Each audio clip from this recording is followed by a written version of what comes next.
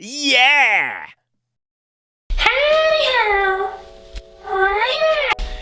Hi friends, it is I. Hi. So as many of you definitely probably know by now, all of our drinks are made with a formulation that we've created ourselves and which we call the 6 protectors.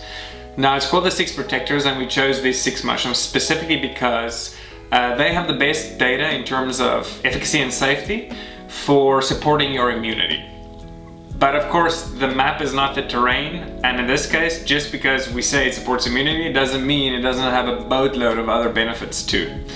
So the purpose of this video is I wanted to spend a little bit of time on each of the 6 protectors individually and just unpack some of the other amazing benefits these mushrooms have to offer. Cool, let's get to it. The first mushroom we're going to discuss is the queen of mushrooms herself, Reishi. Now you'll often see products containing Reishi sporting monikers like chill or relax, something like that. And that's because Reishi can help you feel, well, more chilled. Reishi isn't a sedative, it's not somniferous, it's not gonna induce sleep or make you drowsy or make you feel sedated at all. It's not like an opiate or kava or kratom or anything like that.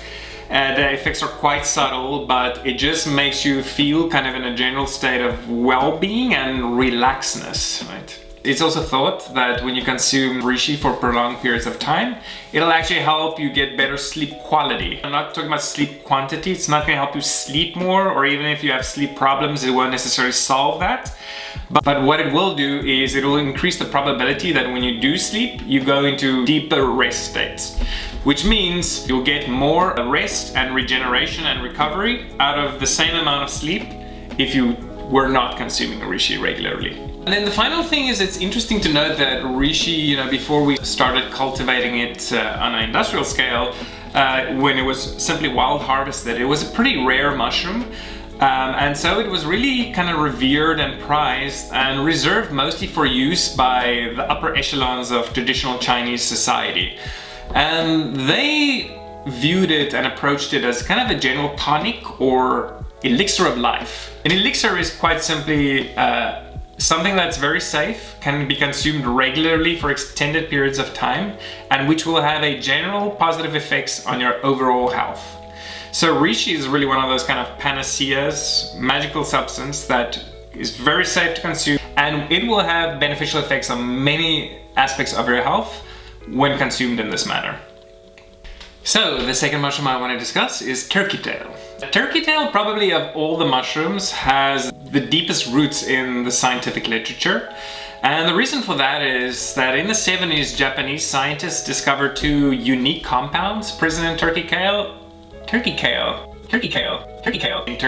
which we'll call PSP and PSK.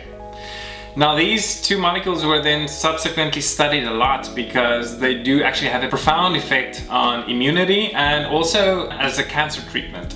In fact, these compounds are prescription drugs in Japan that's used for cancer treatment. Other interesting thing about these pair of compounds, and in particular PSP, is that PSP is a super potent prebiotic for your gut flora.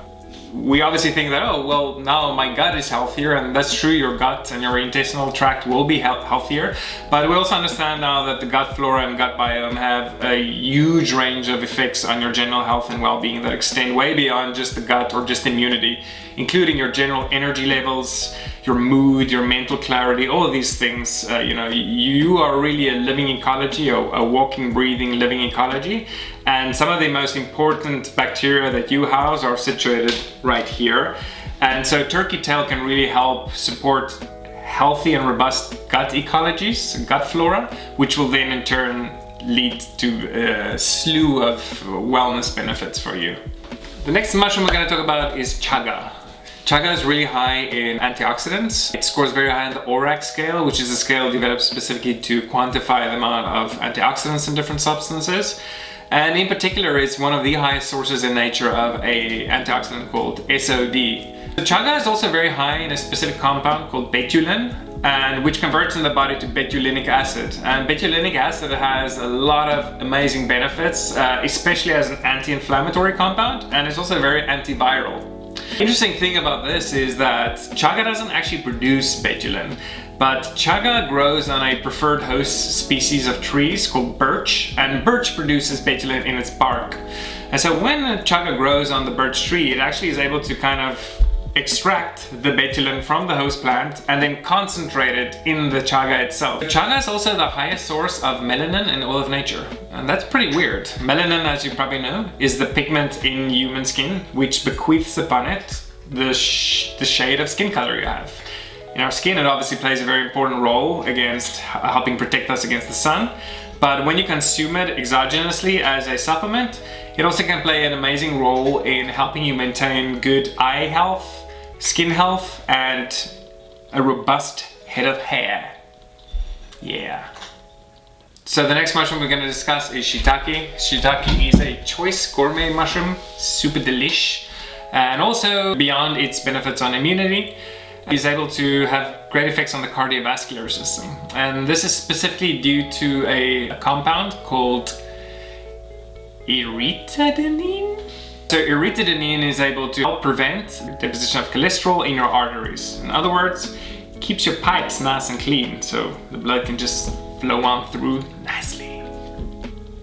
And then due to the presence of another unique compound in Shiitake, lentinan, also is thought to have a very positive effect on skin complexion, especially for people suffering from acne.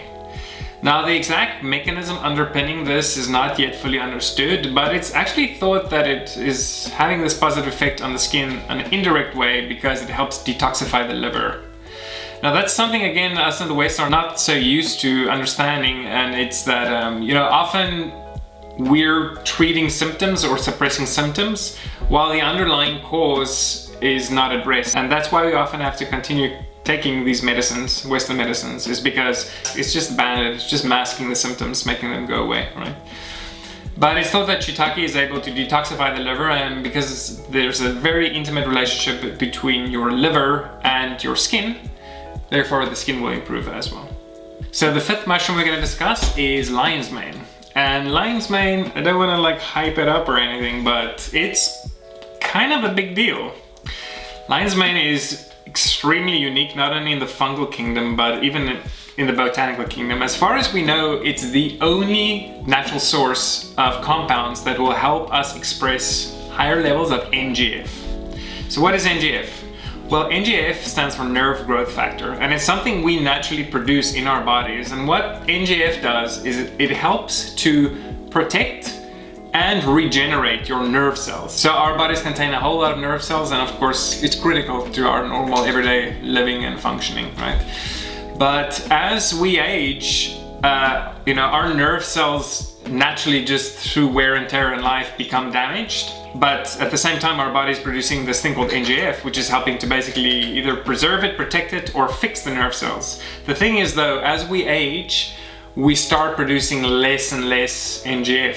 So what happens basically somewhere in our mid to late 20s is that the rate at which nerve cells are being destroyed is higher than the rate at which they're being regenerated, right? And so you can think of this as an overall state of net decline, net neuronal decline. So these classes of compounds have been shown to help our body express more nerve growth factor. The nerve growth factor, which will then go on to both protect and regenerate our nerve cells. And then last but not least is Maitake. So again, many of the properties are due to a unique compound that exists in Maitake nowhere else. And this one's easier to pronounce, and it's called easier to pronounce. It's called SX fraction. The SX is in reference to a condition called Syndrome X, which Maitake has been shown to help alleviate. Syndrome X is a kind of poorly understood nebulous condition that includes a comorbidity of different conditions, which include high blood sugar, high cholesterol, high blood pressure, as well as excess fatty tissue. So Maitake is very useful to all of us because all of us will probably experience one of these conditions to whatever extent at a certain point in our lives. But because of its ability to combat Syndrome X, it's thought to be especially good for people that are suffering from diabetes and obesity. Right, there you have it, friends. Thanks a lot for joining me and the Kerm for today's little lesson. Hope you guys enjoyed it. Please let me know in the comments what you guys thought. If you have any questions, comments, or concerns. And if you have any ideas or topics you'd like me to discuss in the future, please hit me up down in the comments section. I'd be super happy to follow up on that and take any requests. Hope you all have a beautiful day. Bye. Bye, guys. Thanks, bye. Butters? Tell us about the functional mushrooms, Butters.